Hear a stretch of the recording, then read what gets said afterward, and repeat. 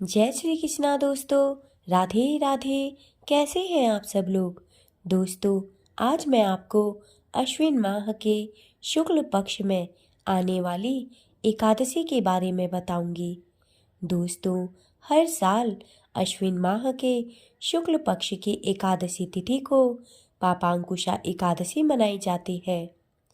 इस दिन जगत के पालनहार भगवान विष्णु जी की पूजा उपासना का बहुत अधिक महत्व होता है। इस शुभ अवसर पर विष्णु जी के पद्मनाभ स्वरूप की पूजा की जाती है। मान्यता है कि पापांकुशा एकादशी के दिन श्री हरि की पूजा उपासना से मनोवांछित फल की प्राप्ति होती है। साथ ही व्यक्ति से जाने अनजाने में हुए सभी पापों का प्रायश्चित होता है। कहा जाता है कि पापांकुशा एकादशी का व्रत रखने से जातक को 1000 अश्वमेघ और 100 सूर्य यज्ञ करने के समान शुभ फलों की प्राप्ति होती है। तो चलिए आपको बताते हूँ कि 2023 में पापांकुशा एकादशी की सही तिथि क्या है व उसकी पारण का समय क्या है। साथ ही पापांकुशा एकादशी की पूजन विधि तथा व्रत कथा के बारे में भी बताऊंगी। दोस्तों, पंचांग के अनुसार अश्विन माह के शुक्ल पक्ष की एकादशी तिथि 24 अक्टूबर दिन मंगलवार को दोपहर 3:14 से प्रारंभ होगी तथा इस तिथि का समापन अगले दिन 25 अक्टूबर दिन बुधवार को दोपहर 12:32 पर होगा। उदया तिथि के आधार पर इस साल पापांकुशा एकादशी का व्रत 25 अक्टूबर दिन बुधवार को रखा जाएगा। दोस्तों, इस साल पापांकुशा एकादशी का व्रत 3 शुभ योगों में है। पापांकुशा एकादशी के दिन रवि योग, वृद्धि योग और ध्रुव योग बन रहे हैं। इस दिन रवि योग सुबह 6:28 से प्रारंभ हो रहा है और दोपहर 1:30 तक मान्य रहेगा। वहीं वृद्धि योग प्रातः काल से प्रारंभ होगा और वह दोपहर 12:18 तक रहेगा। इसके बाद से ध्रुव योग शुरू होगा जो रात तक है। दोस्तों, पापांकुशा एकादशी व्रत की पूजा का शुभ मुहूर्त इस प्रकार है। पापांकुशा एकादशी व्रत की पूजा आप सूर्योदय के बाद से कर सकते हैं, क्योंकि उस समय से रवि योग और वृद्धि योग रहेगा। ये दोनों ही योग शुभ योग हैं। वृद्धि योग में आप जो भी कार्य करते हैं उसके फल में वृद्धि होती है। रवि योग सूर्य के प्रभाव वाला होता है। व्रत के दिन आप पूजा के लिए राहु काल का त्याग करें। इस दिन राहु काल दोपहर 12:05 से दोपहर 1:29 तक है। दोस्तों, राहु काल में एकादशी की पूजा ना करें। पापांकुशा एकादशी के दिन भद्रा और पंचक भी है। इस दिन भद्रा सुबह 6:28 से शुरू हो रही है और दोपहर 12:32 तक रहेगी। भद्रा का वास धरती पर है, तो इस समय में कोई शुभ कार्य ना करें। पापांकुशा एकादशी पर पूरे दिन पंचक रहेगा। दोस्तों, जो लोग पापांकुशा एकादशी का व्रत करेंगे वे पापांकुशा एकादशी व्रत का पारण 26 अक्टूबर दिन बृहस्पतिवार को सुबह 6:28 से सुबह 8:43 तक कर सकते हैं। पापांकुशा एकादशी व्रत की पूजन विधि इस प्रकार है।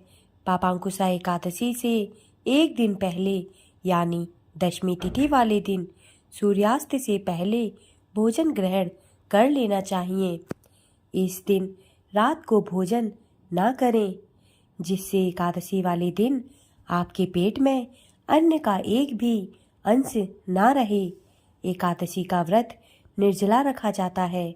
अगर व्यक्ति चाहे तो फलाहार भी यह व्रत कर सकता है।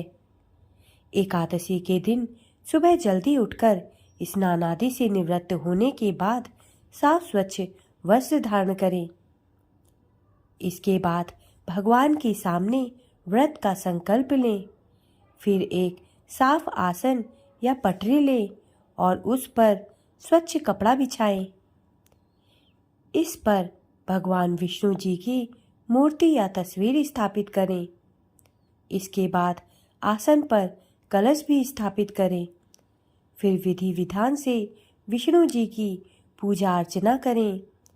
इसके बाद विष्णु सहस्त्र नाम का पाठ करें। फिर एकादशी व्रत की कथा पढ़ें अथवा सुने। इसके बाद भगवान विष्णु की आरती उतारें। पूरे दिन व्रत रखने के बाद शाम को भगवान विष्णु को भोग लगाएं व उनका पूजन करें। सारी रात जागकर भगवान का भजन कीर्तन करें। साथ ही भगवान से किसी प्रकार हुई गलती के लिए क्षमा प्रार्थना करें। दूसरे दिन यानी द्वादशी को सुबह उठकर स्नान आदि से निवृत्त होने के बाद भगवान विष्णु का पूजन करें तथा इसके बाद ब्राह्मणों को आमंत्रित करके उनको भोजन कराएं और अपने श्रद्धा के अनुसार उन्हें दान दक्षिणा दें। इसके बाद सभी को प्रसाद दें व अपने व्रत का पारण करें। दोस्तों, पौराणिक मान्यताओं के अनुसार यदि आपने जाने या अनजाने में कोई भी पाप किया है तो उसके प्रायश्चित के लिए पापांकुशा एकादशी का व्रत रखकर भगवान विष्णु के पद्मनाभ स्वरूप की पूजा करें। उनकी कृपा से आपके सभी पाप मिट जाएंगे। इस दिन आप अपनी क्षमता के अनुसार दान करके पुण्य फल प्राप्त कर सकते हैं। पापांकुशा एकादशी पर अन्न, जल, तिल, गाय, भूमि, सोना आदि का दान करना चाहिए। पापांकुशा एकादशी व्रत की कथा इस प्रकार है। पौराणिक कथा के अनुसार एक बार अर्जुन कहने लगे कि हे जगदीश्वर, मैंने अश्विन माह के कृष्ण पक्ष की एकादशी अर्थात इंद्रा एकादशी का सविस्तार वर्णन सुना। अब आप कृपा करके मुझे अश्विन माह के शुक्ल पक्ष की एकादशी के विषय में भी बतलाइए।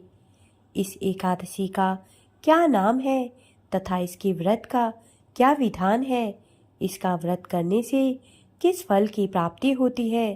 कृपया यह सब विधि पूर्वक मुझे बताइए।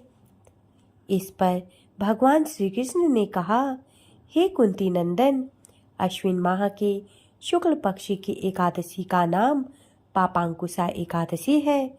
इसका व्रत करने से सभी पाप नष्ट हो जाते हैं तथा व्रत करने वाला अक्षय पुण्य का भागी होता है। अश्विन शुक्ल एकादशी के दिन इच्छित फल की प्राप्ति के लिए भगवान विष्णु का पूजन करना चाहिए। इस पूजन के द्वारा मनुष्य को स्वर्ग लोक की प्राप्ति होती है।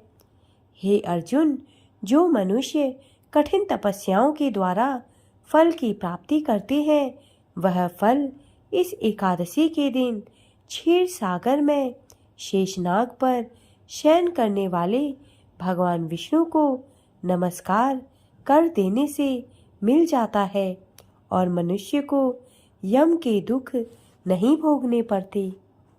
मनुष्य को पापों से बचने का दृढ़ संकल्प करना चाहिए। भगवान विष्णु का ध्यान स्मरण किसी भी रूप में सुखदायक और पापनाशक है, परंतु पापांकुशा एकादशी के दिन प्रभु का स्मरण कीर्तन सभी कलेशों व पापों का शमन कर देता है। हे अर्जुन, अब मैं तुम्हें पापांकुशा एकादशी की व्रत कथा को सुनाऊंगा। प्राचीन समय में विंध्य पर्वत पर क्रोधन नामक एक बहेलिया रहता था।